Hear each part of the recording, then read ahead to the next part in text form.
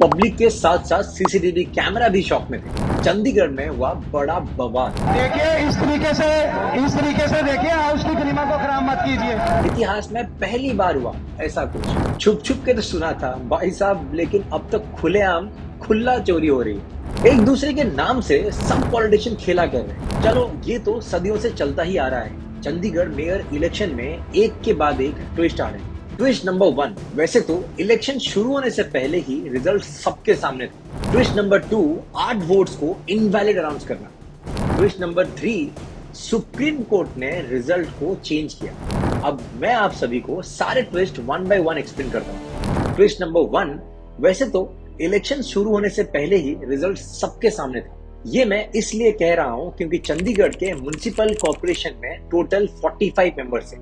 इसमें से 9 members nominated होते हैं जो वोट नहीं कर सकते। इनको हम इन कैलकुलेशन से साइड कर देते हैं। अब बाकी बचे 36 मेंबर्स। अब इन 36 मेंबर्स में से 35 मेंबर्स इलेक्टेड मेंबर्स हैं एंड एक मेंबर ऑफ पार्लियामेंट है। मतलब ये सिर्फ 36 मेंबर्स 36 मेंबर्स ही मेयर को इलेक्ट करने में वोटिंग कर सकते हैं। ये 36 मेंबर्स कुछ इस तरह है। बीजेपी के पास टोटल 15 मेंबर है, लेकिन वहां के एक लोकल पार्टी एसएडी जो कि बीजेपी के सपोर्ट में है, उनके पास 1 मेंबर है। इस तरह बीजेपी के पास टोटल 16 मेंबर है।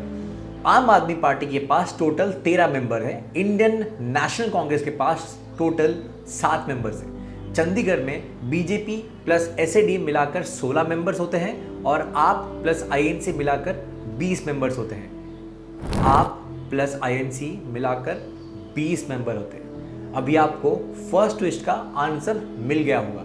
नहीं मिला तो मैं आप सबको बता देता हूं। अब जब मेयर इलेक्शन होंगे तब आप प्लस आईएनसी की ही जीत होगी, क्योंकि उनके पास इन टोटल 20 मेंबर्स हैं, जबकि बीजेपी और एसएडी के पास ओनली 16 मेंबर है। इसीलिए मैंने कहा था ट्विस्ट 1 में कि इलेक्शन शुरू होने से पहले रिजल्ट सबके सामने था। अब बात करते हैं ट्विस्ट नंबर 2 की।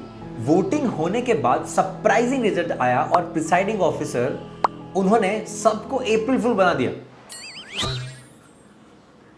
अप्रैल का महीना था नहीं, लेकिन ये बकवास। जैसे मुझे याद आ रहा, अनुपम खेर जी का एक शो आता है जिसमें बोलते हैं कि कुछ भी हो सकता है। ये वही है, कुछ भी हो सकता है। एक्चुअली हुआ ऐसे कि बीजेपी और एसएडी ने अपने 16 वोट डाले और आप प्लस आईएनसी ने अपने 20 वोट डाले। यहाँ जीत तो वन साइडेड थी आप और आईएनसी की, लेकिन अनिल मशी जो प्रिसाइडिंग ऑफिसर थे, उन्होंने आप प्लस आईएनसी के 8 वोट को इनवैलिड कर दिया काउंटिंग के वक्त फॉर सम रीजन। अभी रीजन क्या था वो वही जाने। टोटल वोट काउंटिंग कुछ इस प्रकार था। बीजेपी प्लस एसएडी जो कि 16 था और आप प्लस आईएनसी जो कि 12 था, और यहाँ बीजेपी प्लस एसएडी की विनिंग अनाउंसमेंट कर दी और हर जगह केओस मचा दिया। अपनी अपनी सीटों पे दिखाएं इनको सभी को अपनी। मनोज सोनकर जो बीजेपी के कैंडिडेट थे, वो तो चेयर पर ही बैठ गए और माहौल पूरा बना दिया। एक तरफ बीजेपी अपने जीत का जश्न मना रही थी, दूसरी तरफ आप प्लस आईएनसी का हाल कुछ ऐसा हो गया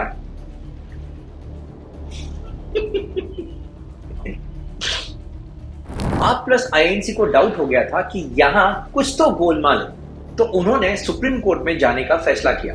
ट्विस्ट नंबर 3 में तो मेन क्लाइमेक्स था, जहां सबको लगता है कि कोर्ट भी बीजेपी के इशारों पर चलता है।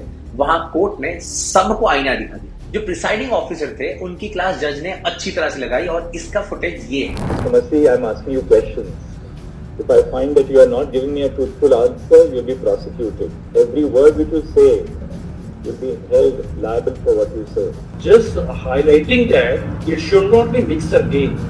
That was the only reason. जो 8 वोट्स को इनवैलिड कहा था प्रिसाइडिंग ऑफिसर ने, उस फैसले को सुप्रीम कोर्ट ने कैंसिल करके आपके कैंडिडेट कुलदीप कुमार को विनर अनाउंस किया। क्या लगता है आपको, क्या ये सब जो हुआ है वो सही था? प्लीज कमेंट करके बताइए। मेरा तो एक ही कहना है, सभी पार्टी को जो भी जीत कर आओ, बस काम करो यार। ऐसे informative breaking channel. My name is Ranjan. See you next video.